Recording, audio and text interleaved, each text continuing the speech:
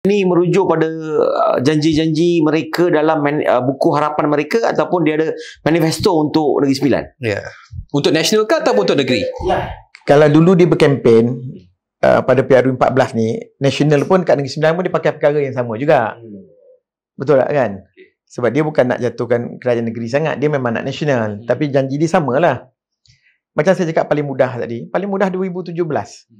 Sahabat saya YB Kamarul dalam sidang DUN bagi tahu, dia tunjuk bukti 2017 Menteri Besar berjanji nak bagi peruntukan, dia tak bagi pun. Macam-macam banyak lagi perkara, dia tak bagi pun. Itu saya bagi tahu.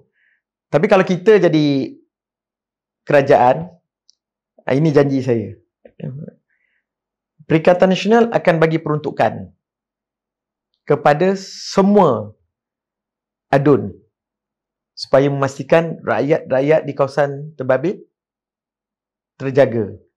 Dan yang kedua, kita akan mulakan di Negeri Sembilan, walaupun dia pembangkang tetapi dia adun yang dipilih oleh rakyat. Dia berhak mendapat peruntukan.